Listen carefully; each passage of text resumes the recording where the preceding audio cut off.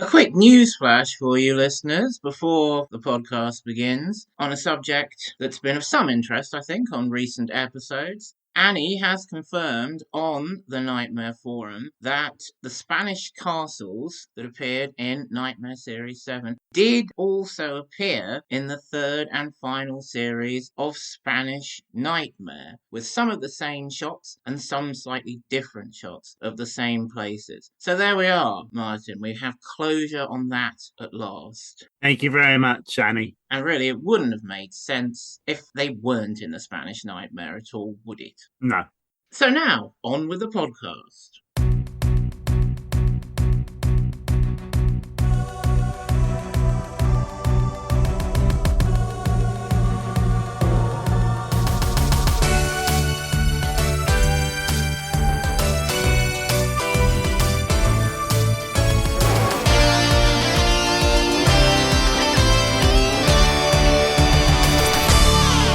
Welcome, listeners of Illusion, to Temporal Discussion, the episode-by-episode Nightmare retrospective podcast. I'm Martin Harder, and I chose the wrong path, but I did stay on it. I'm Jake Collins, and I will bring to you such simple joy and pleasure, but I won't turn you into a hobgoblin. Bit of cross-referencing to episode 11 there. Sorry about that, listeners. And joining us once again, it gives me great pleasure to reintroduce Team 5 advisor Rhea Pearson, who has given me some dirty looks after that opening line. Hi, everyone. It's lovely to be here. Today, we're taking a look at Series 5, Episode 10, which was shown on CITV on Friday, the 8th of November, 1991. The number one song was Still Dizzy by Vic Reeves and the Wonder Stuff, an excellent song, which was parodied by Drassel on the Nightmare.com forum as Spin Dizzy, and I've even performed it here on the podcast. Well, sorry, we were supposed to react to that. Top of the box office was The Fisher King, an excellent film directed by Terry Gilliam and starring Jeff Bridges, Amanda Plummer, and Robin Williams in one of the greatest performances of his career. The film really showed that Williams wasn't just a fantastic comic actor, but one of the greatest actors of his generation in any genre. Seriously, I love this film so much, and it is purely because of Robin Williams. I just find him absolutely amazing in everything he does. Well, almost everything he does. I agree with you about Robin Williams. He's brilliant, amusing in so many different ways, and yet he can also do other forms of acting, emotional acting.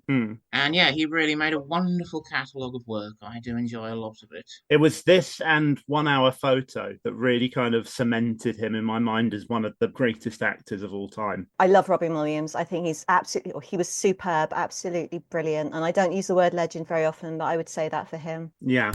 You're listening to Temporal Discussion, bringing you the latest news from 1991. In the news this week, and thank you to Martin O for this one, huge step forward taken in the field of nuclear fusion this week as the Joint European Torus, or JET, facility in Culham, England, successfully generated over 1.5 megawatts of electricity. 1.21 gigawatts! 1.21 gigawatts! In one output pulse, breaking through what was seen as a very difficult barrier in power creation. Sadly today, this is already hopelessly inadequate for present power needs, but it was a big achievement for getting us through the 1990s. South Africa was allowed to resume playing international cricket on the 10th of November, 21 years after the country had played its previous official test match, just before it was banned due to its racist policy platform, apartheid. On the 12th, hostages... Oh, it's so jolly, this. All his news updates are so full of fun and frolics, aren't they? Hostage envoys Terry Waite and Thomas Sutherland were finally released after 5 years' captivity in Lebanon. I remember Terry Waite on the news. That was really bringing home to me the effect of this far-off war on, well, people from our country. Yeah. Really sort of hammered it home to me in a striking way. But much less happily, unfortunately, the gathering of horrors of the Yugoslav breakup gained pace with the Vukovar massacre during the Croatian War of Independence. Serbia's Yugoslav People's Army had the city under siege for nearly 90 days, and when finally they captured it, they slaughtered over 200 civilians and prisoners of war, with a further 60 missing and never found, presumed also dead. Yeah, thanks for that, Martin. This is the point where I think Martineau does excel. I mean, yes, the news is depressing, but he does also kind of make it interesting to listen to. So, on a brighter note, a rather charming bit of nightmare-related news, sort of. On the 11th of November was the birthday of future Nightmare Geek Week contestant Emma Blackery. Happy birthday, Emma, for the 11th of November. Yes. Yeah, this will probably get out sometime before then. Yeah. So, Ria, I'm really interested in hearing the latest news from your diary for this day. We were on Nightmare today, so was Grant Devlin. It was really good, but they cut out an awful lot of it. 4 minutes at least. Not fair. It's the angle it's shot from. Makes me look like I can't play. Not too bad a day. We had our second module test. You had a test on the same day that you were on Nightmare. I was probably far too excited about watching it to even concentrate on the test. I know who Grant Devlin is. He's the middle advisor on Alex's team. The very handsome one. So it was that team you really wanted to stay in touch with, not Ben's team. I'd like to have stayed in touch with both of the teams, if I'm honest. But, I might have Googled Grant Devlin a couple of times over the years just to see if I could find out where he's at with his life. It'd be nice to know, but alas, no luck. And now time turns. The recording light burns. Timeout is gone. The podcast is on. Welcome. You join us in the afterglow of victory. The opposition, may he rot in Mount Fear, is in disarray following the success of our champions from Exeter. And look, the shield of justice redeemed, Master, and in our possession. A proud trophy, Pickle, but we want more, for the score is still 3-1 to them. Who does the honours now? Maidens, Master. We've Andrea, Kelly, and Anna. Guiding Andrea's sister, Jenna. They're also from Devon, questing for the crown. 8 minutes into level 1, Master. And from my records, carrying a purse of gold and a mysterious box. Not likely to keep either for long, I fear, for they've just encountered Julius Scaramanga. Let's see how they deal with him. Game on! Now, I'll tell you what else I'm going to do. For just a little bit of money, I can offer you this. It's a very, very nice lead crystal mixing potion bottle. Now, what do you think of that, eh? Not being swayed by the offer of an empty bottle and remembering the scroll that they read last episode, Jenna asks Julius if he has any aniseed. Julius tries to dissuade her, but once he hears that Jenna is carrying gold, he quickly changes his mind. He trades her a jar of aniseed in exchange for her gold and also gives her a spyglass. Since Jenna's hands are full, he helps her to use it. So this is a common thing with Julius. Oh, no, I can't possibly sell you that. Oh, you can pay for it. Okay, that's different. It's another one of those examples, like I was talking about in episode 7, where he's trying to flog you something you don't need, as mentioned in the Quest newsletter. Watch out for that if you meet Julius Scaramanga. Yeah. It's also mentioned how Smirkanov likes aniseed, and this is the only time it's hinted at in the show that it might actually be part of the quest. I think that's a bit of a shame we didn't ever get to see him fed any aniseed. It's kind of a forerunner to Dragon Mints, really, I guess. Yes. Yeah, I was going to say it was usually mints in future episodes, wasn't it? Dragon Mints in Series 6, and then he's all about the Firestones in Series 7. Are you gutted that you guys never got to ride Smirkanov? Yes, we are gutted. My sister has said many a time over the last 30 years that she was gutted she never got to ride on a dragon. Aww. And especially since Tim Child had told us that that was going to be our reward if we got through the floor puzzle. But it's fine. We got to see Smirky after. Once we finished filming, they took us around the back of the set and introduced us. So that was really cool. We got to see him. Oh, that's good. You got all the behind-the-scenes glimpses and stuff. We did. They were very tight on, you've probably discussed this with other people before, but they were really tight on security during the filming of the show because they didn't want any spoilers whatsoever. So they would shut all the doors, yell team coming through before they'd let us through to the green room. But on the final day, we went back in and I think we did the professional photo and they took us around and we met all the actors and we were allowed to take photos. And it was just lovely. Everyone was really lovely, really kind, really nice. Just a brilliant, brilliant experience. I wouldn't have worked so well as a contestant because, well, maybe not by this point, but especially when Nightmare started, I was very much buying into the whole thing. Like, oh, they've taken these kids and they're really going into this dungeon and then they're dying. But it's okay because they're coming back to life. And I think I would have been put out by seeing that, no, it's puppets and computers and stuff. See, I never got that with Nightmare, but I did with the adventure game, probably because I'm a few years older than you. I remember with the adventure game, I used to think that the celebrities or semi-celebrities were zapped into space and that was it. They were dead, gone. And I used to feel really bad for them. We've discovered, haven't we, Martin, comparing notes, that you're you're actually 6 weeks older than me. So you and I are very much of an age. And I think perhaps I'd have felt that way about Nightmare, same as you at the time. Technically, you and I would have been old enough to audition for Series 8, wouldn't we? Yeah. Not that we knew each other at the time. Imagine the team we could have made if that had happened. Wow, you guys are really young. The young ones, darling, we're the young ones.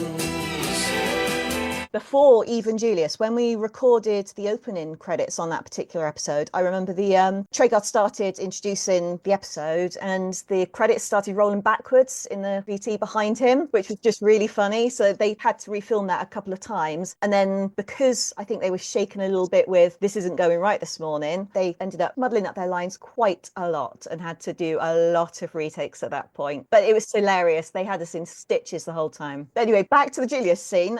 They did a lot of cutting with us because we were procrastinators. There was lots of dead air. I mean, I totally would have done the same if I was the producer. But with Julius, it must have been like a good 5-minute discussion, like a debate on how to get him to bring the aniseed out and then whether we should actually give him the money, whether he would trick us, etc., which I've seen other teams having that discussion. They cut out a bit where my sister had the gold in her hand and he had his aniseed, and he kind of like did a switch hand, like, what are we doing, the hokey cokey or something? There you go.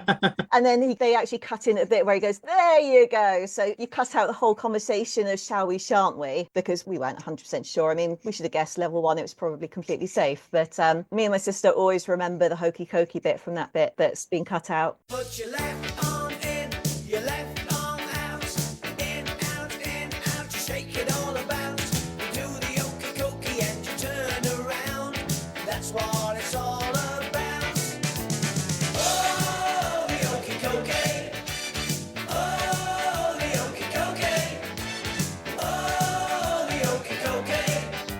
Come on, give me this. There we are. Because my sister's hands were full, he had the spyglass. So when we had Lord Fear up on screen, we weren't able to put the spyglass down. So they were sort of saying, oh, Jenna, put the spyglass down. She couldn't. She wasn't holding it. So we were getting the red eyes on screen thinking, well, not much we can do about this because it's out of our control. So that felt a little bit mean on their part, but at least they got to do their special effects. Listen, Hans, you slimy little creep. When I send for you to do a job, I want it done. What in the underworld did I ever do to deserve the doted service of this dog-faced loon? Now, Hans, do you understand your task? Of course I does, you fish, miss. Of course I does. I'll find the nasty dungeon person, and I never and sit on her till the fright nights come. You'll forgive me, Hans, if I admit that there's something about you that fails to inspire me with confidence. Just to be on the safe side, I'll bring a couple of assassins in as backup and set a blocker or two in the upper levels. You'd better have the day word so you can get past them. It's sacrifice. And sacrifice is what you'll be if they get through to the dragon. My detection devices indicate that they're cheeky enough and foolish enough to try using a spyglass. Now let me see if I can track it to the source. Somewhere in the greenwood. No. Wolfenden. Hello, watchers. Now I'll show you that eavesdroppers never hear good of themselves. Oh, get rid of it! Get rid of it! We don't want this. Look, Jenna. You better get off. And with that, Jenna leaves Scaramanga to his trading. Now, this is a point of interest that has been discussed earlier on this series of temporal discussion. With this spyglass sequence, Mark Knight has begun an unbroken run of consecutive appearances in every single episode of Nightmare yet to come, to the bitter end and beyond, because of course he's in Nightmare VR and Geek Week as well. And I think that really benefits the show having him there as a mainstay.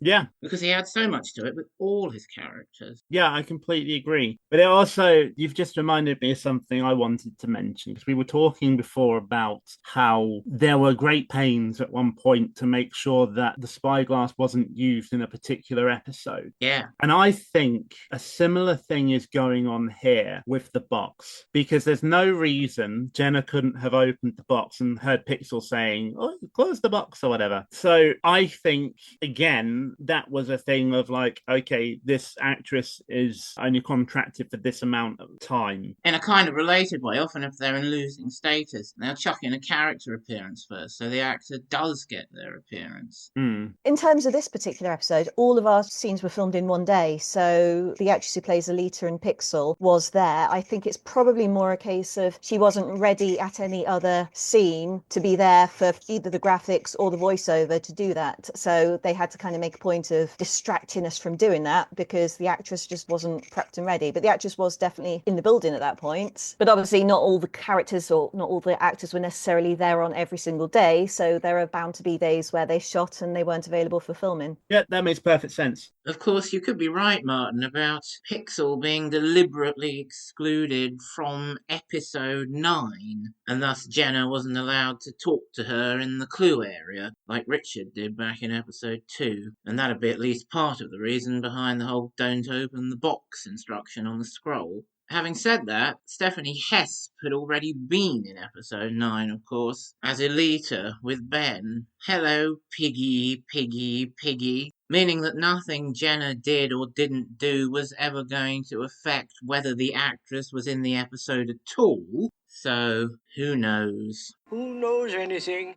I just wanted to compare, if you don't mind, that unbroken consecutive run of Mark Knight's to Hugo Myatt's, being the real Nightmare mainstay. Hugo Myatt's consecutive run that he's on at this point and will stay on through to the end of Series 8 and in Nightmare VR and Geek Week, of course, began not really just at the beginning of Series 1, but also in the first of the 2 unbroadcast pilots. So that puts it in context for you. There really is no Nightmare without Hugo Myatt.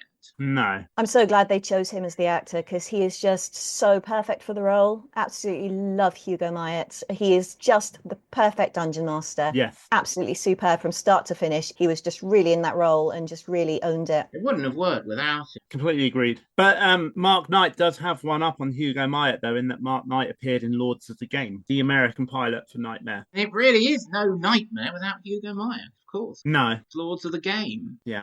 A passive path takes Jenna on a slow tour of a house in the Wilden Downland Open Air Museum. We've seen Sarah touring this house in an eye shield sequence before. A scroll appears on the screen with the question, another name for Hordris. This was part of a competition being run by CITV at the time and had nothing to do with the quest at hand. Ria, I'm assuming this scroll didn't come up on the screen whilst you were playing. No, it didn't. No, we were just sitting at the screen looking at the thing going around a room thinking, well, it was very dark. There was nothing much to describe. So we were kind of just waiting for something to happen, but no scroll. You did kind of have a bit of a bad deal with the eye shield sequences. You seemed to get like the longest ones. We really did, and it was really quite boring. But to be fair, if we hadn't had the eye shield, we'd have been on screen for like 3.5 minutes. So, can't really complain. Fair enough. So, Jake, I know you probably know the answer to this question, or at least the answer that CITV wanted for this question. I do. But, Ria, do you know the answer? I always thought it was Harris, because that's what he calls himself later in the episode, in a brilliant bit of acting, I might say, where he gets all puffed up. I am Harris. But I don't know if that was the answer or not. I don't really remember. That was the answer they were looking for, yes. I would also have accepted Nigel. Nigel? Yes, famous racing tortoise called Nigel. Jake knows what I'm talking about. Series 7, Episode 2. There we go. The Jakepedia of Nightmare. Yep. I'm going to have to do my research then, aren't I? I can't have been the only viewer when that scroll unrolled saying another name for Hordris to think, well, duh, Malefact. Yes. Martin's nodding, agreeing with me, and also yawning. Sorry. Yeah, no, I remember that. I remember thinking Malefact at the time. Absolutely, 100%. In fact, I might actually even have sent in a postcard with that as the answer. Not 100%, but I think I did. But the point was, of course, that when the competition was announced by the great Tommy Boyd... Tommy Boyd! Tommy Boyd! Tommy Boyd! It specifically told us the answer to the question can be found in this episode, and thus it is Harris. I thought something like, oh, well, Jenna or someone else is going to meet Hordris later and he's going to say my calling name is Malefac. But no, it's a completely different thing for Hordris to be doing, and a completely unexpected answer, Harris. As has been mentioned from first-hand experience, this passive path goes on for ages and leads directly into another one as Jenna makes her way through the Greenwood. Make them hurry, Master. There's something tracking. Goblins? I don't think so. Think it's something more human, but just as nasty. Assassins? Assassins! It's like, we can't do anything. We can't make her go faster. The screen's not going to roll any faster on the VT, so, you know. Yeah, I love it how they make out like it's your fault. I think Tim Child even had a go at us, like, in between saying, you need to say more, you need to encourage Jenna to, like, do stuff. I'm like, we can't. It's a pre-record. What's the point? That sums up the eye shield perfectly in a nutshell, doesn't it? The problem with it as a piece of passive gameplay, encouraging the team to do something about it, they can't. They're not in control. Yeah. And it is at its worst here in Series 5, definitely. Yeah. Especially as we had some back-to-back, and I think that might have been one of the back-to-back ones, and it went on too long. Definitely. You know, even Tim Child has said he hated the eye shield. It was a failed experiment. Might be controversial. I actually did prefer, I think, the eye shield to the tunnels later on, which I know a lot of people preferred the tunnels. I always felt the tunnels looked a little bit too much like a set, whereas the eye shield at least was a bit more in keeping with some of the stills that they were using as effectively rooms. I kind of agree. I do quite like the tunnels, but I think there could have been more work done on them. They didn't have to be like flat walls. They could have had like a cave-like appearance or something. I think the eye shield sequences do help to create this great journey, the illusion of this great journey, and they do go well with the new real-life locations. I do just think it's a shame they're overdone in Series 5 and Series 4. It's much better in Series 6 and 7 with the shorter little sequences, room to room. Yeah, I think that's the key. If they'd had shorter sequences, I think it would have been better, and we would have got more adventuring time as well out of it, which I think would have been nice. Yeah. Jenna emerges in a woodland clearing and is immediately set upon by two assassins. Side step to your Get left. them away! Quickly, call out! What? Jen! Shout! Shout anything. Go away! Go away! Make her turn towards them. That bit made me laugh when we were filming it because my sister's got a really quiet voice and she went, go away. Bless. When it came to the TV show, they actually amplified it. They must have amplified it like, I don't know, times 1,000 times. So it actually sounds like she's saying, go away. She definitely didn't at the time. It was very much like a, go away. Oh, bless her. No one is worse at scaring off assassins than Vicky. Go away. Louder, Vicky. Go away. There is a Twitter account called Glad You Remember. He often does like supercuts of certain scenes in Nightmare. So Glad You Remember, I challenge you, all the people saying go away, and I want like a decibel counter or something. Alistair will win. Alistair, definitely. But yeah, I want to see the comparisons. Will you be quiet? What on earth do you think you're doing? Haven't you heard of noise pollution? I think I should put a shaft into you, and then we'll see if we can't have peace in the Greenwood. Well, haven't you got anything to say for yourself? I'm very sorry. Well, thank you. Notice in this scene, we also got set up again, kind of by, I guess, Tim Child. Why you want to make these young people look stupid anyway, huh? Silence! Because they told us to tell the assassins to go away, so they were encouraging my sister to shout, so that Gwendolyn then came in and gave my sister a in, which was completely set up. We couldn't have avoided it. Yeah. It's kind of an inspiration to take that to extremes at the end of the series by giving Kelly a horn to blow in that exact same situation. And having Gwendolyn come in and tell her off. Your guinea pigs there to see how far they can take the goading the Dungeoneer into making a noise in the Greenwood and having Gwendolyn come and complain. She did do a good job of it, though. She was feisty. Jenna introduces herself to Gwendolyn and tells her that she's on the quest for the crown. Gwendolyn keeps being all snarky, as the clip will demonstrate. Well, I can see you're on a quest. You're wearing a helmet, Tin Brain. My name's Gwendolyn the Green Warden. I serve the powers that be and keep the forests clear of vermin. And that includes Dungeoneers who don't know how to respect the Greenwood. Drat it. Those shades are still slinking about back there. Sort them out. That's better. A couple of episodes ago, she couldn't tell that it was just sly hands underneath her helmet, so... Yeah, she really does rely on that helmet too much. Yeah. And then crows about it unduly in that scene. Mm. Gwendolyn looses a couple of arrows in the direction of the assassins. You get the ee, ooh, rather unconvincing. Again, not on there at the time, nor were the arrows, obviously. The camera then cuts to a close-up of her, and her curly hair causes some of the worst chroma key artifacts you see in the show. So when I refer to artifacts, it's the blue tinge that's around the outline of her hair. And I think part of it is due to the lighting as well. I think the scene is being lit from just a little off the correct direction for it to be lit in. Is the angle it's shot from? I guess all that moving hair shows off any potential slight problems with the setup of the scene there. Moving fake hair. It was the same with Jenna's top. I mean, I probably said last time, but we had like a list of things that we weren't allowed to do, like weren't allowed to wear blue, green, stripes, dots, patterns, whatever, or labels, I think. But my sister's top was tested before we did it, but several times she looks a bit weird because she's got a pattern on her top and it doesn't work that well on screen. Yeah, we've heard of several occasions where they've done the tests and everything and they said, yeah, everything's fine. And then when it's actually come to recording, they're like, no, we can't do it with this. We need to change your trousers or something. Poor Stuart. Have a look at Nikki first entering Ariadne's lair in Series 4. How long it takes them to adjust the little knob so you can't see right through her t-shirt. The problem is, I mean, it was still relatively new technology at the time. Now I can do it on my computer in DaVinci Resolve. But, you know, that's decades of improvements of the technology. Back then it was still mostly used for weather forecasts. What wonderful, wonderful use Nightmare made of it. And yeah, we're picking it apart a bit, or Martin is anyway, here on the podcast, but that doesn't take away what groundbreaking technology it was at the time and what wonderful effect it had on the viewers. Yeah.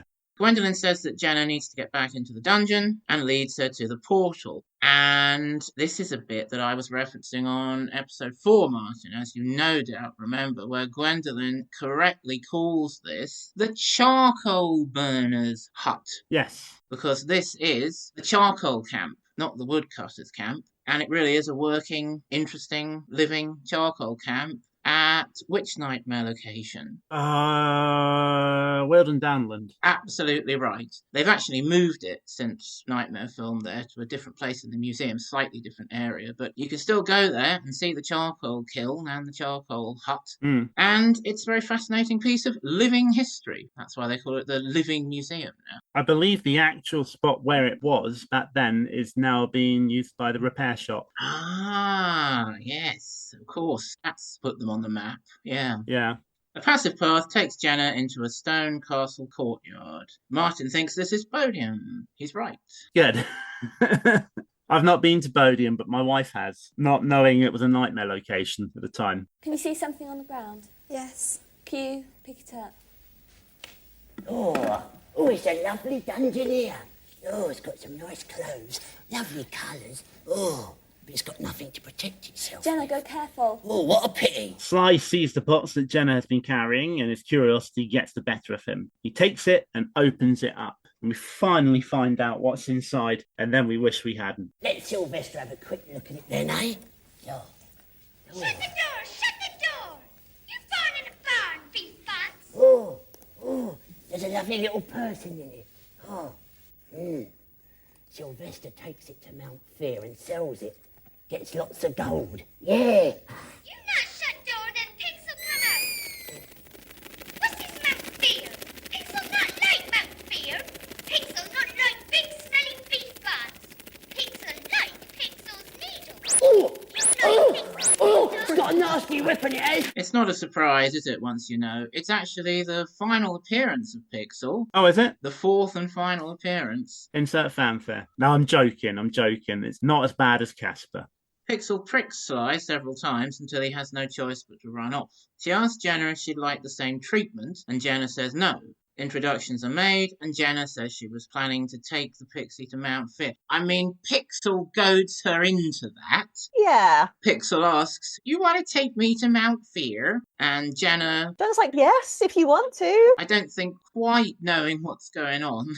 Says yes. That's exactly what was going on. I mean, as much as anything, Pixel's flighty wings in the background were so noisy she couldn't really hear Pixel that well. And Pixel's got quite a strong accent. Not that we've got really much of an argument being that we're from, the West Country. But still, she struggled to hear what she was saying. And when Pixel's like, you want to take me to Mount Fear? My sister's like, well, yeah, of course I will. If that's where you want to go, I'll take you wherever you want. So, well, I think that's jolly silly of you. She was kind of like trapped into that one, I think. But we wouldn't have known what to say either. So it's fine. So despite thinking this is a silly idea, but as it appeared to Jenna, it was what Pixel wanted.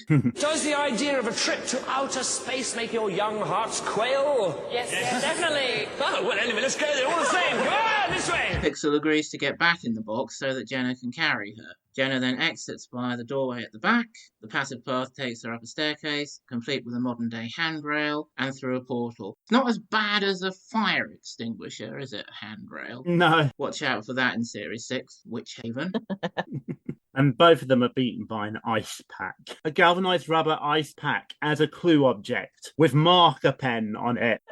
I find that these things you see in the eye shield sequences that they don't really want there, this handrail, the fire extinguisher, takes me out of it more than those different time zone clue objects like the ice pack, and the mop is the one I always think of. I guess. It all kind of cements my theory that the dungeon exists at all times, though. Yeah, that was one of the things when I was listening to the first 3 series of Temporal Discussion. I thought, Martin H says some sensible things.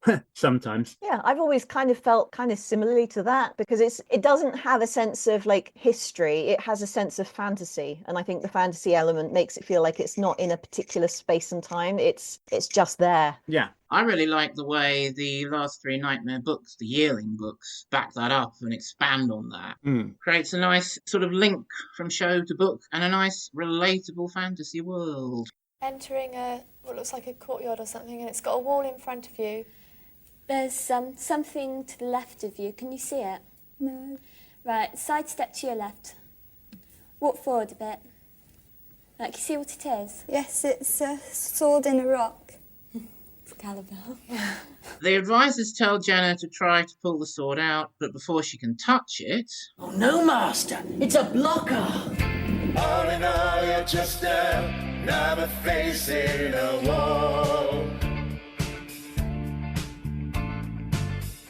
All in all, you're just another face in a wall. Jenna, there's a face on a wall coming towards you. Jen, sacrifice. Can you say sacrifice, please? Sacrifice. Right, the face has disappeared. Can you just try pulling the sword out? Don't worry about the sword. I think that'll bring back the blocker. Why is this sword in the stone here? What is the point? The fact that my sister hadn't actually gone anywhere near it to touch it to pull it out means we had no idea that that's what was supposed to have summoned the blocker. So once the blocker had gone, why would we not go to the objects and say, okay, now the blocker's gone, let's investigate the object. What happens if we pull the sword out? Exactly. And it's such an iconic image. Of course you're going to try and pull it out of the stone. Is it like literally they had this thing lying around and they hadn't used it, so they stuck it in there? You've cracked it here, though, Martin. In your notes, it really just seems to be there to get Jenna to stand in a certain spot as the blocker appears. But it's rather a misleading thing to use. If they use like a box with a bit of food on it or a few rocks hanging around, that's better. Exactly. Just do what they always do. Put some food on it. Just didn't necessarily need to be a sword in a stone. It could have been anything. It could have been a piece of food on the floor. Exactly. But there's something odd about that room. The fact that when Jenna's leaving the room, she actually walks into the wall, because the wall's lined up with the actual Blue Room wall. Yeah. You can actually still hear it in the recording as she goes into the portal. Boom. You hear a little bang as my sister walks into the wall, which was funny at the time. But she didn't come out with a stream of expletives, though. No. Far too lovely for that. Keep listening to this podcast, listeners, and you will hear the candidate for that girl dungeoneer who started swearing like a temporal discussion host after walking into a wall.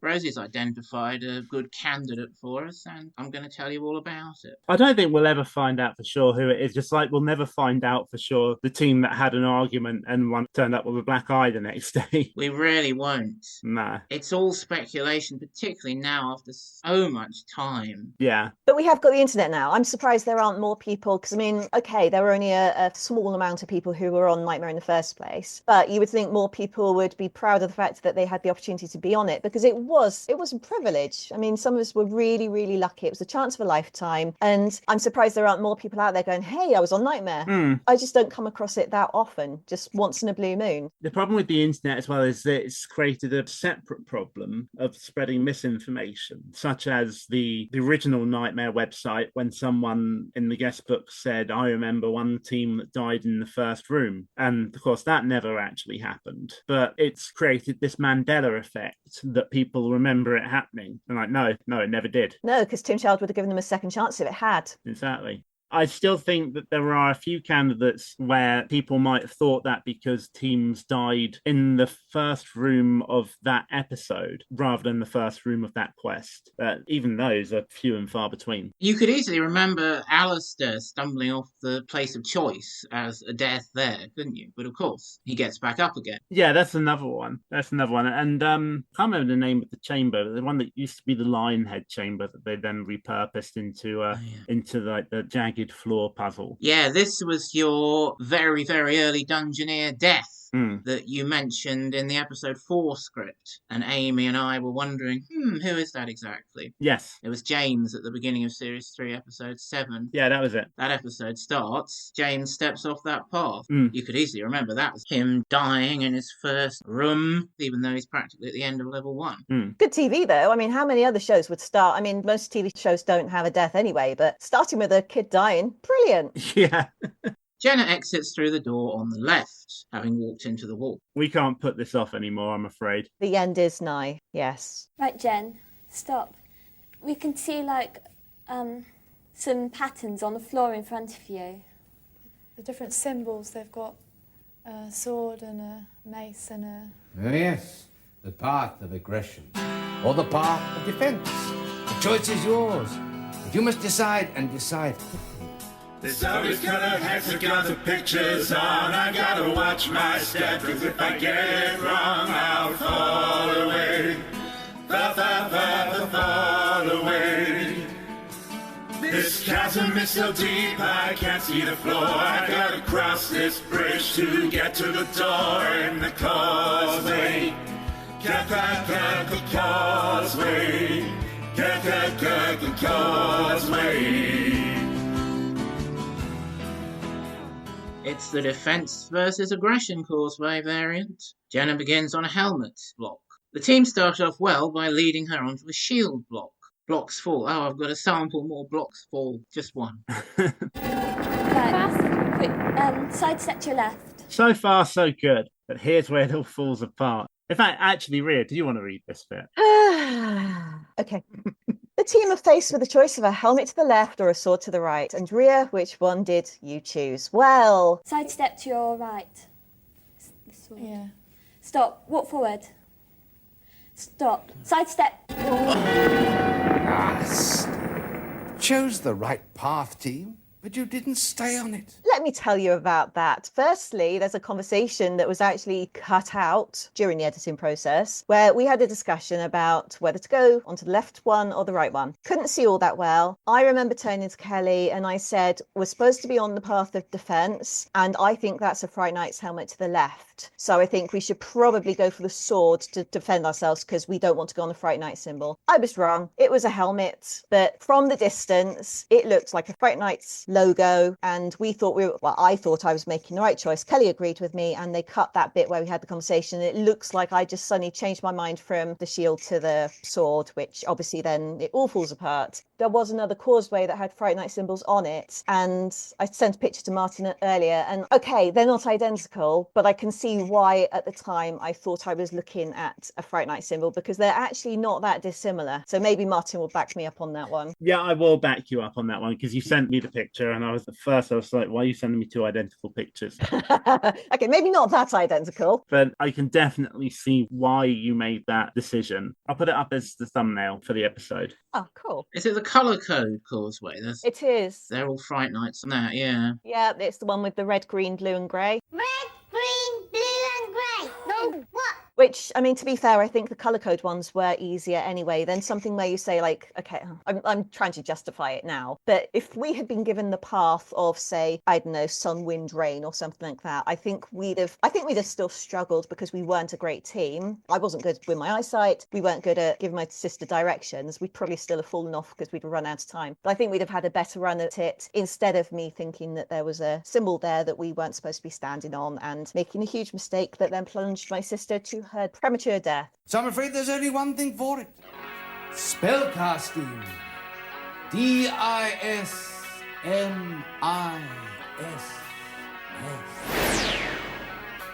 Farewell, girls. That path behind you is as solid as a rock.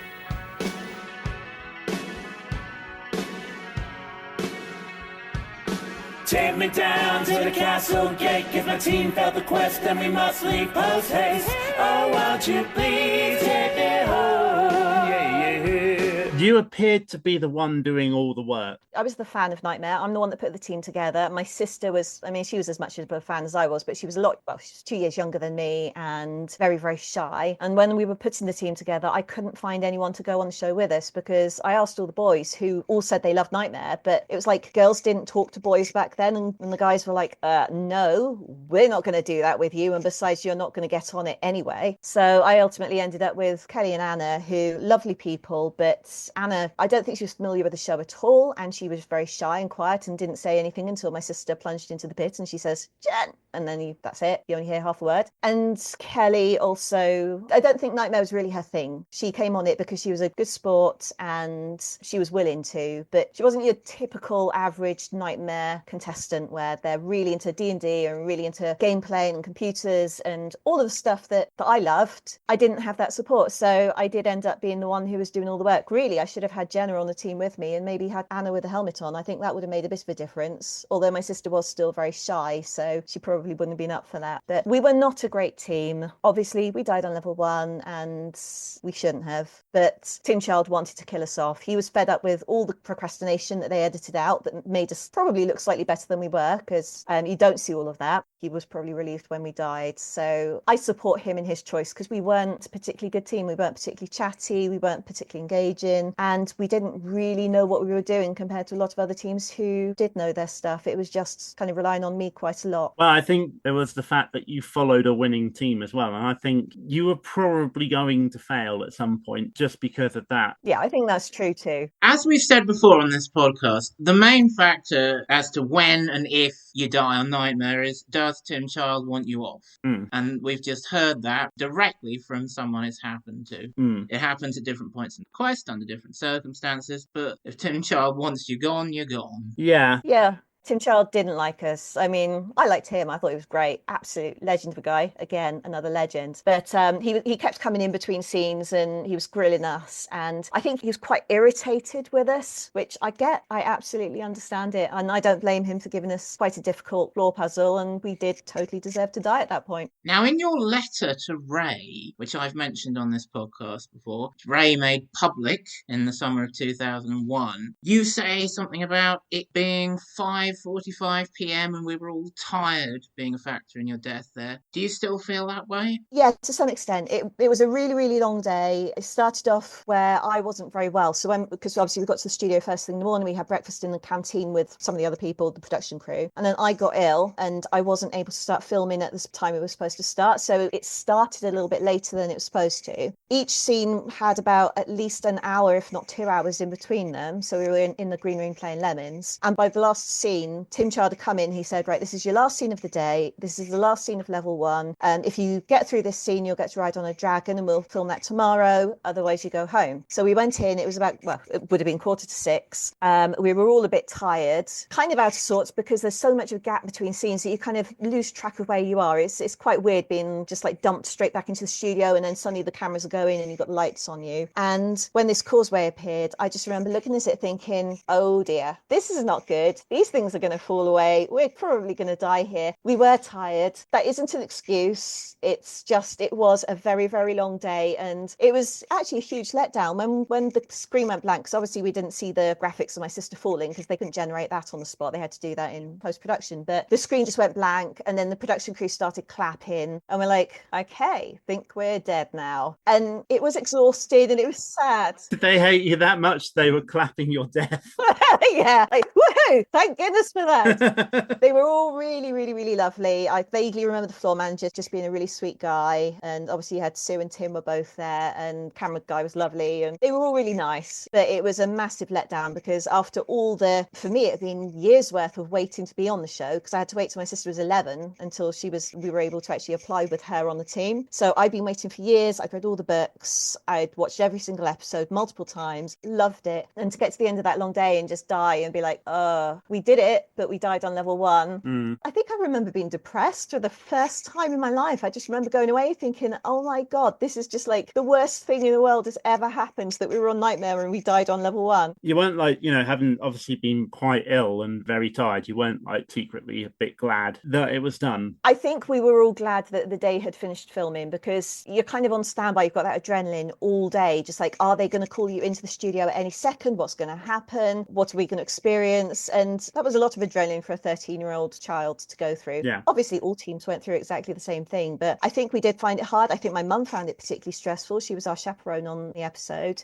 and she was sitting off to one side because he had the seats from the studio were set up as they would usually be for like a game show. So she was just like in this row of seats watching, and I think she was she was ready to finish at the end of the day because it had been a long one. It would have been nice though if we'd got through the floor puzzle and we got to the other side. I think we would have been ready for the second level the second day. Obviously it just didn't happen. What we see on the show and what we judge the teams on is actually really narrow, isn't it? But it's all we've got to work on when we're actually watching the show. And all this behind the scenes context, it must be quite frustrating for teams who get harshly judged, because there's always more to the story that you can't possibly get across on the telly. I think I'd try and bear that in mind, especially when speaking to people from teams. Every single team went through the same process. So every single team had huge gaps between filming. They had the distances. Well, I say every team on our series had the screen set across the studio at a distance. So if you were short-sighted, it was quite difficult to see. Whereas other series, you had it up front or they were peering into it. So I think that would have made a difference to us. But everybody had the same limitations, and some people still managed to get to level 3 and still managed to win it. So I've probably done exactly the same with other teams on other series where I've watched this and thought, well, you should know by now that that's a causeway. You need to do that particular thing or pick up this particular object, or you're going to come across this particular character, all of whom we hadn't met before, because you don't see it until you've seen a show. So as soon as you've seen the first couple of teams, you get to know the characters, and we'd never seen a causeway quite like this one before either. And we could guess where it was going, but we didn't know to expect it, and we didn't know to practice for it and stuff like that. Other teams got lucky, or they were just better teams, and they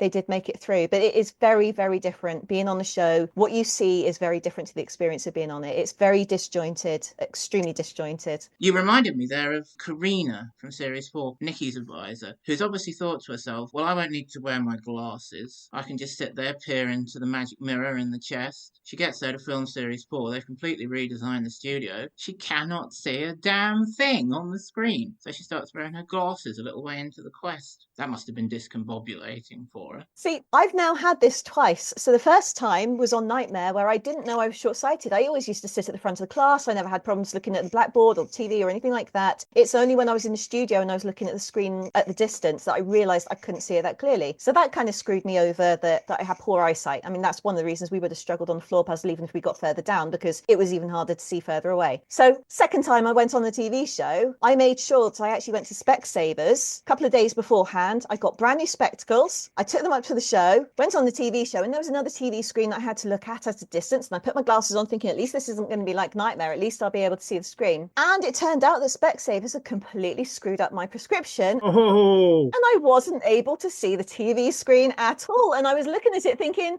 not again, not after the trouble I went to after Nightmare to make sure that my eyesight was up to date and my glasses were up to date, and I can't see. This is not fair. The university's trying to tell me not to go on TV shows. They are rubbish, Specsavers. Yeah, as a viewer, I have to confess, I was knocked for six when I first saw this episode, Jenna falling off the causeway. I wasn't even sure if anyone ever had died on level 1 before. I'd watched series 1 to 3. I was very young, didn't really remember. And I thought, wow, a level 1 death.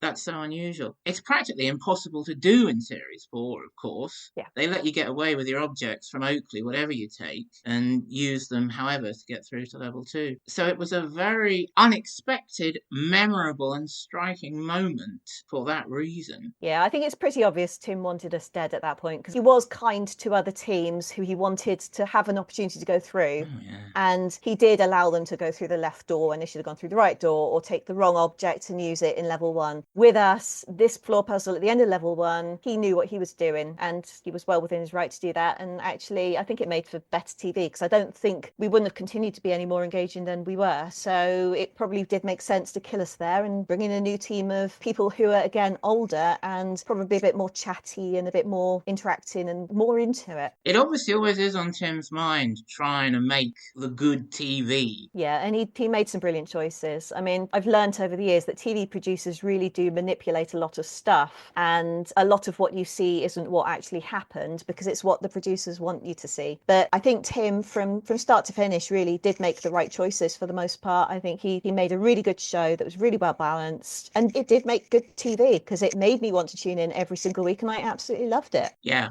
Martin H. described this in a fairly recent podcast as lightning in a bottle, and that's what Nightmare was. Yeah, I'd say very rare lightning, like a very rare pink lightning that is so baby pink and fuzzy you could never see it anywhere. Absolutely. And yeah, it's really nourished the imaginations and the hearts of a lot of us over the years and the decades. Yeah, I think that's obvious when you see on online forums or just someone posts like, does anyone remember this TV show? And you see all the dozens and dozens of posts of people saying, oh, wow, I loved that show. I wanted to be on that show. That show is amazing. It's so beloved. I'm amazed that Tim Child came up with the concept in the first place. The guy is just such a genius to conceptualize a game of Dungeons and Dragons with real people as a game show and make it happen. I mean, that's just such a difficult thing to do, especially with the technology back in 1987 or before that when he was creating a show. That guy deserves a medal or something. He was so ahead of his time. He was creating human avatars in computer games, in 3D computer games, long before computer games were 3D. And seeing the potential in that blue screen technology to do that. Which I could be wrong, but I seem to remember that all of the computer equipment that they used for the show was really, really phenomenally expensive, like the stuff that they had to buy. So he really had to have conviction in his ideas to be able to get the funding together to produce something that was so advanced technologically. Yeah. What an extraordinary phenomenon. It is. Nightmare is well deserving of all the attention it gets on this podcast and elsewhere. Yeah, he made something happen that made a difference to our lives. We all looked forward to going home on a Friday night, when it was on a Friday night, to watch it in the evening after school, in the winter. It was such a happy memory for all of us. Moving it to Friday was such an important step. Having it there at the end of the week from Series 3 onward, absolute brilliant piece of scheduling. To have that experience in a TV show like that was just amazing. It was a one-off opportunity, and I really appreciated it. Anything else to say about Jenna's quest? No, it was a nothing nondescript quest. Nothing really happened. We didn't do much. We didn't say much. We were lucky to have been on it. I don't think you were the worst team. Second worst team, then. Probably not even the second worst team, to be honest. You had some kind of personality, at least. I think that's debatable.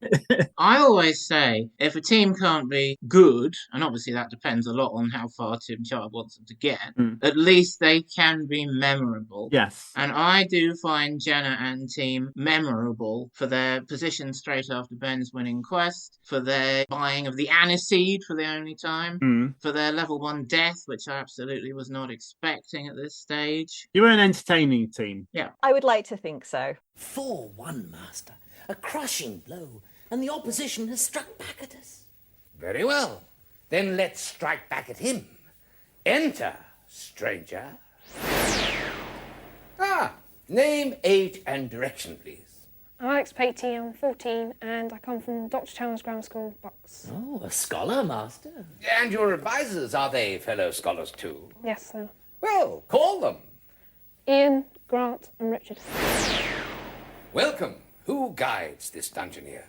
Ian Rogers, Grant Devlin, Richard Newman. Newman, a new man, a new challenge, Master.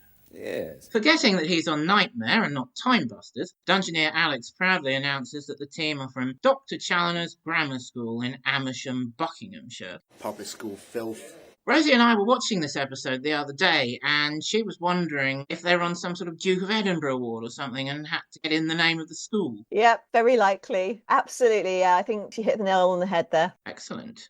This is a much older team than the last couple, so it'll be interesting to see if that translates into success. Well, before we begin, you must pledge to redeem one of 3 quest objects. The cup, the sword, or the crown. So, which will it be? Cup. Go for the cup. The cup, an excellent choice. Well, I bloody well guess not then. Yep, they've doomed themselves. Alex gets given the knapsack, the eye shield and the helmet before stepping through the portal and beginning his adventure, which starts with a riveting passive path that takes him through castle grounds and into a portal. Thanks to Annie, we know that these castle grounds belong to Kidwelly Castle in Wales. But you've got a comment here, haven't you, Martin? Yeah, just what's the point? It's just wasting time now. It's not about filling time anymore, it's wasting it. The point is to create that fantasy epic journey, but yeah, it's completely overdone. But I do remember thinking when first watching the beginning of this quest, watching Alex walking through these grounds, watching this passive path, this is so different from Series 4 because I have no idea what Alex is going to do now. He could turn up absolutely anywhere, meet absolutely anyone from the cast in this series.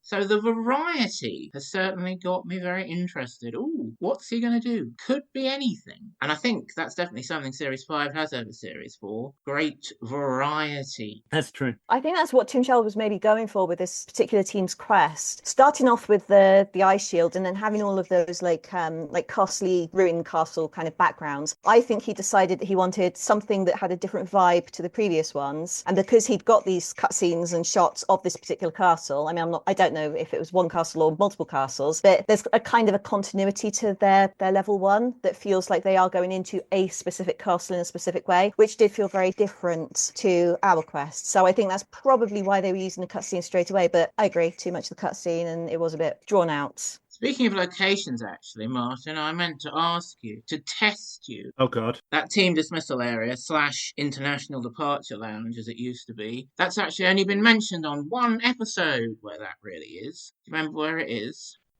No. Sorry, Jake. So you should be. I found this out for episode 4 that I did with Amy. Thanks to Annie, and it's called Castel Coch, which is very near Cardiff, on the outskirts of Cardiff.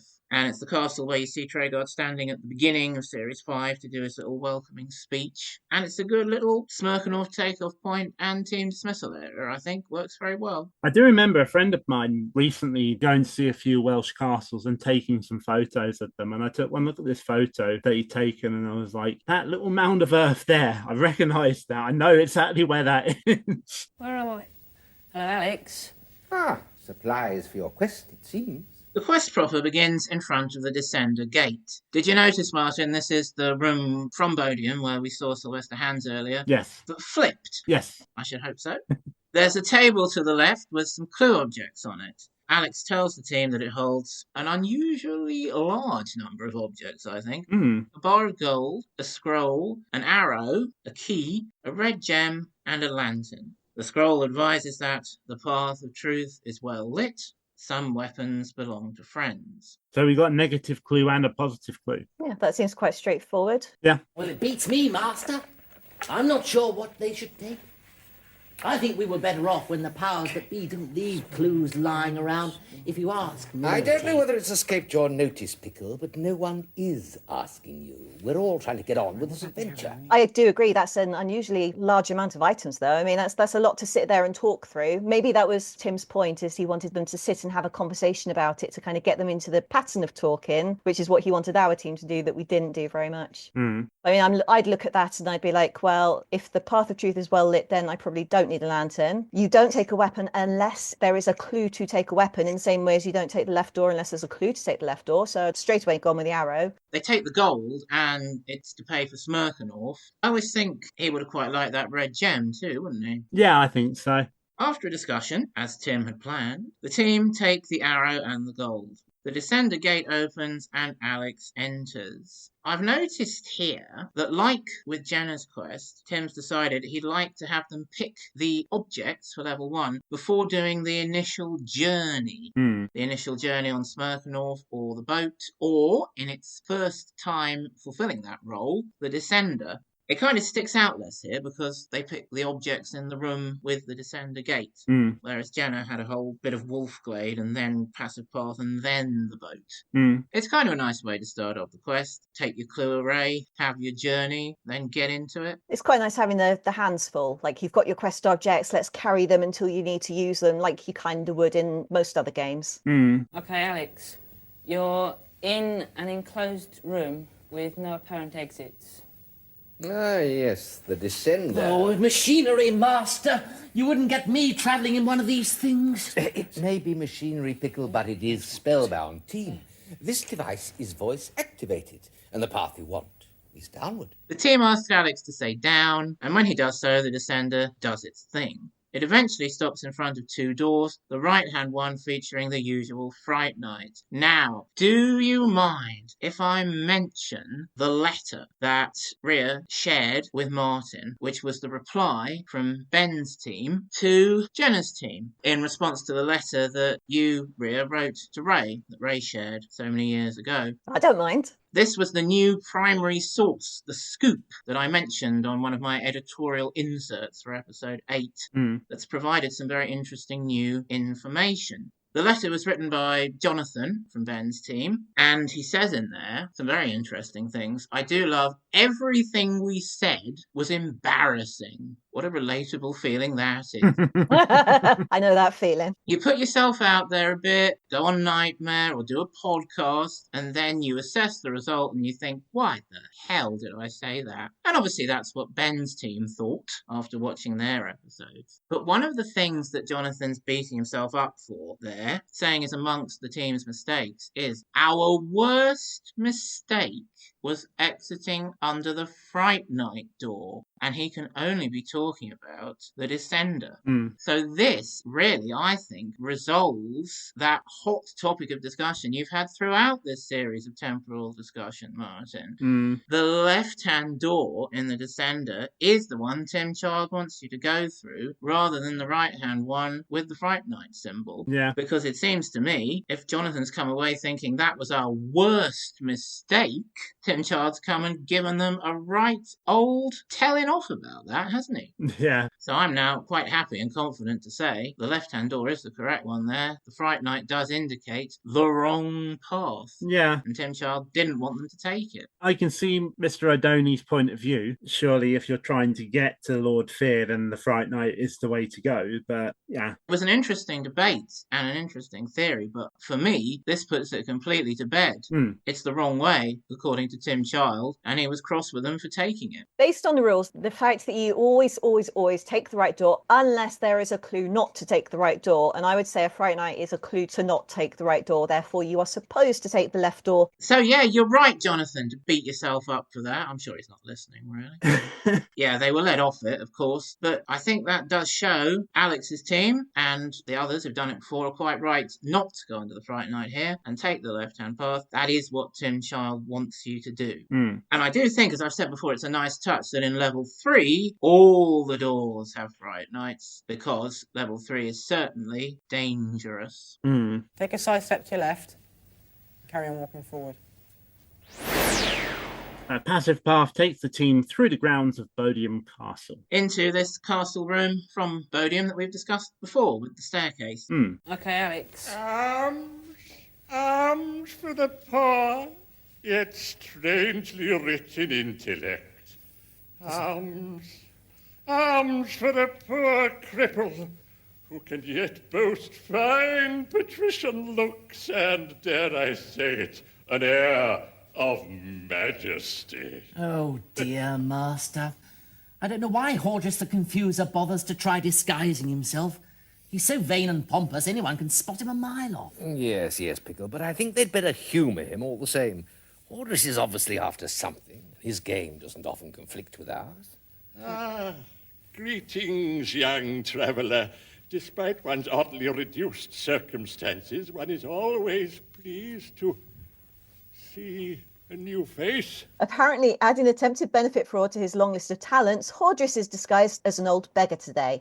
Alex introduces himself to Hordris. Hordris begins to state his name before quickly correcting himself and introducing himself as Harris. He requests a favour of the Dungeoneer, the delivery of a small book to a fellow member of the Honourable Guild of Beggars by the name of Sylvester Hands. And I believe he does it something like, I am Harris. Yeah. Backing up what Pickle says, he's so vain and pompous anyone can spot him a mile off. Mm-hmm. It will bring to him such simple joy and pleasure. For Hans, to see, is a lover of fine literature and learning. Yes. Will you do that for me? Shall I take it? Yeah. Ask for an exchange. No, Say. he's going to give it to a friend, isn't he? So you just want to take it. Yeah, but if he takes that, then I we can only know. take one thing. Yeah, we can only Two take things. two. Yeah. So if he takes that 3, we don't want to lose one. Well, I think we may have an answer to that problem, if you agree to take it, that is. The team agrees to take the book. Hordris places it in the Dungeoneer's knapsack and reassures him that it will not be consumed. So this is quite a big moment, really, isn't it? This is the first time, I think, in the show's history that a Dungeoneer has been permitted to carry more than 2 objects at a time, putting one of them into his knapsack. Now, obviously, this is something that would become more common with the introduction of the Reach Wand and the failure of the Dungeoneers to grow an extra pair of hands as a result. Rosie was saying to me while we were watching this episode the other day, whatever spell Hordris has put on the book that means it will not be consumed, despite what you've been told, that same spell should have been put on the Reach one, so it could go in the knapsack and the Dungeoneers could still carry the objects. There's one time where a Dungeoneer illegally has to carry 3 objects through a portal because, for some reason, they don't want Lord Fear in the episode. Mark Knight is in the episode, of course, as Rothbury. Yeah. But at the end of Series 7, Episode 7, Nyla is made to carry a horn, a sight potion, and a spyglass through a portal illegally, just so we definitely won't get the spyglass sequence in that episode. Or maybe the spyglass sequence wasn't ready at the time. What they should have done was not have Rothbury give Nyla the spyglass at all. Just have it waiting on the other side of the portal. Hordris gives Alex the spell Hero as payment before bidding farewell. Alex leaves via a passive path that leads him upstairs. This is the same ridiculously long passive path that we've seen in this area before, complete with pausing to look out of the window at a moat despite the imminent threat indicated by a goblin horn. We had a proper good moan about this one last time. It goes on forever. Before we get to the end of the scene, we might just say, this is actually the only time Hordris dresses up as Harris on screen, although to the untrained eye, there does appear to be a second time, the truth of which didn't come out for many, many years, when Lord Fear does a brilliant impression of Hordris being Harris in Series 6. Of course, yes. I do actually vaguely remember that. It really is extremely convincing. I always thought, Clifford Norgate hasn't quite recaptured the same Harris voice here, but actually it's Mark Knight doing a really good impression of the Harris voice. It fooled fans for years. I do remember that, yes. I love it when Lord Fear pretends to be other characters. There was a sequence where Lord Fear was posing as Brother Strange. Lord Fear's Hordris as Harris is probably too convincing. Yeah. And his Brother Strange is much more obvious, but very good, very entertaining. Great work from Mark Knight. As we were saying earlier, a great mainstay for Nightmare's second half. Yeah. Alex? Come on, walk on, Alex. This is no place to stop. It's no use, Pickle. He can't hear you. This is where we always have to stop, because time's turned, and the rest of this journey must wait until it turns again. You want to see how this scholarly lot fare upon the path, don't you?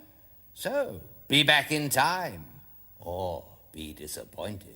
The credits roll over some footage of the approach to Caerphilly Castle. That's also quite near Cardiff, and another one that Annie has discovered and documented for us. Thanks again for that, Annie. I've been to Caerphilly Castle. Didn't realise it was a Nightmare location at the time. Anything else to say in summary about the episode? It was a really boring episode. So you had the episode before where the team got to the end, very excited, level 3, woohoo. And then for the next episode, I don't think it was one of the best ones. I liked a bit of Hordris. Yeah, I quite like the episode. I like the Pixel and Hand scene. I know Pixel doesn't provide great variety to the quest, but we haven't seen her for a bit. This is her last appearance. I enjoy Hordris as Harris. Hang on, she was still in the box. Did she die with Jenna? Probably why we didn't see her again after that. I think the box came open and she flew away. I think Motley would have been in a lot more trouble if he'd fallen off the causeway with January when he was in a box. That would have been interesting. Yeah, I mean, Pixel has survived a causeway fall before, hasn't she? So yeah, she has with Catherine. Yeah. Right, so Ria, you think it was a boring episode despite being on the episode. Yeah. And Jake and I both think it was an okay episode. Yeah. I think that's fair to say. I think the next team showed a lot of potential. I think nice guys who had a little bit more wherewithal about them. Okay.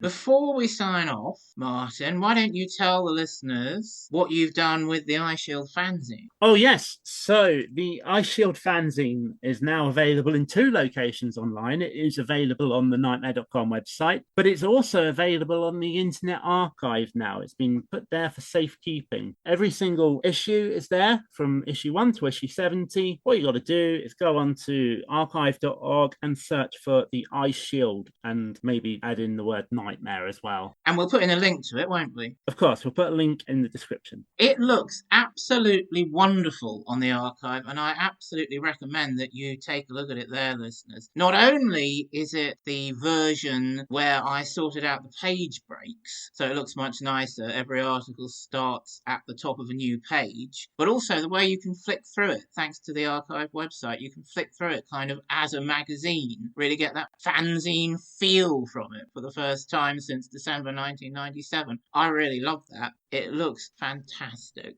It's also a lot easier to read on your phone. Yeah. I must say, it's quite old now. It's about 95% accurate, possibly 96 if we're rounding up. I don't agree with everything I wrote in it 20 years ago and more. Lists of good and bad advisors, for example. I've changed my mind about some of them. I've got Helen from Sarah's team on my best advisors. Changed our mind about that, haven't we, Martin? Yes. But as a snapshot of the world of nightmare nostalgia from the noughties, basically, it is true and pure and recommended by temporal discussion, isn't it, Martin? Yes. And we'd also like to say a big thank you to the guys at nightmare.com for also keeping the Eye Shield going on their website.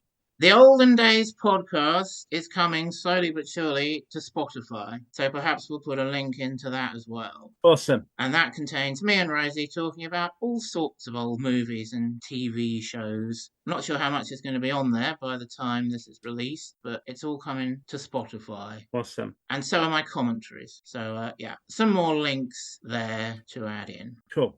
If you're enjoying the podcast, we'd love it if you could leave us a rating and review on your platform of choice. It really helps us grow and reach more people who might enjoy what we're doing. You can also follow us on Blue Sky at nightmarepod.bsky.social and on Mastodon at topspicy.social/@nightmarepod. We're Nightmare Pod on Threads and Twitter, and you can find us on Instagram at Temporal Discussion. We don't like ads, so we're keeping this podcast ad-free with the help of our amazing supporters on Patreon. You can join them by supporting us at Nightmare Pod.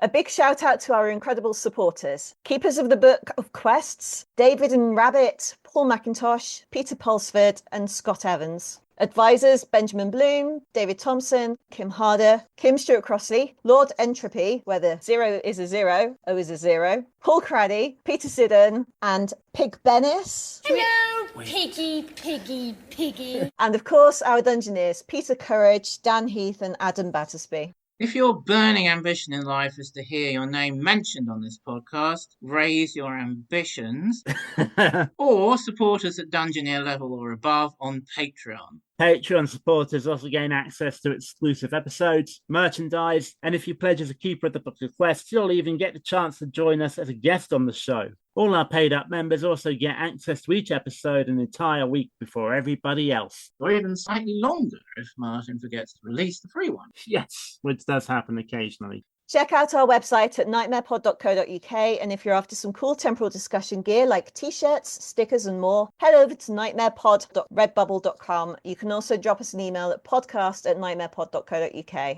And just keep telling yourself, it's only a podcast. Isn't it?